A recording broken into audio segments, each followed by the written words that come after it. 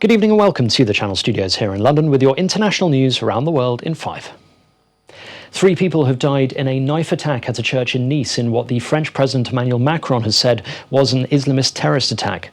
He said France would not surrender its core values after visiting the Notre Dame Basilica in the southern city. Thousands of troops are being deployed to protect churches and schools. In Nice, one elderly victim was virtually beheaded, according to officials. Another woman and a man also died. A male suspect was shot and detained. Anti-terror prosecutors have opened an investigation into the attack, and France has raised its national security alert to its highest level. 2 of Europe's biggest economies are reinstating some form of national lockdown as the continent confronts a surge in coronavirus cases and deaths. From Friday, people in France will only be allowed to leave home for essential work or medical reasons. President Emmanuel Macron said the country risked being overwhelmed by a second wave that no doubt will be harder than the first. Germany, meanwhile, is imposing a less severe national lockdown. The measures coming into force on Monday are not as far-reaching as in France, but they include the closure of restaurants, bars, gyms and theatres. US presidential nominee Joe Biden and his wife Jill have cast their ballots for the 2020 election. They join more than 74 million Americans who have voted with 6 days remaining in the contest. The Democratic candidate spent the day taking briefings on the COVID-19 pandemic before delivering a speech in Delaware, a state he is expected to easily win.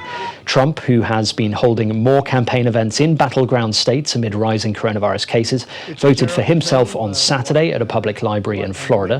He changed his residency from New York a year ago. A curfew has come into force in Philadelphia after 2 days of protests and looting following the police killing of a black man. The family of Walter Wallace Jr. says he was suffering a mental health crisis when he was shot by officers.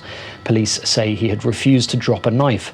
On Tuesday night, protesters again clashed with police and barricaded businesses across the city were looted. The curfew order is citywide and began at 2100 hours local time. The Pennsylvania National Guard, as well as police reinforcements, have been deployed. Authorities say 30 officers were hurt during Monday night's clashes. Al Qaeda is still heavily embedded within the Taliban in Afghanistan. That's in spite of a historic US-Taliban agreement earlier this year, according to a senior United Nations official. Earlier this year, the US signed an agreement with the Taliban committing to withdrawing all American forces from the country by next summer if the Taliban ensured groups including Al Qaeda were not able to use Afghan territory to plot international attacks. Hong Kong teen activist Tony Chung has been charged under a new national security law just days after he was detained outside the US consulate.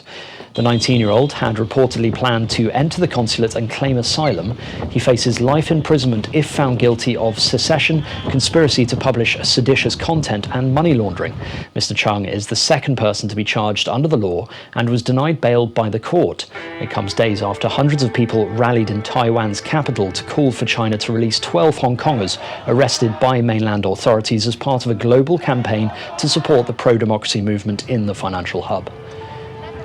Record numbers of an endangered species of turtle have hatched on a beach in northern Mexico, believed to be the result of reduced human activity during the coronavirus pandemic. The indigenous Seri community in Sonora State said it had released more than 2,250 baby olive Ridley sea turtles into the Gulf of California. The community usually releases around 500 of the small creatures every year.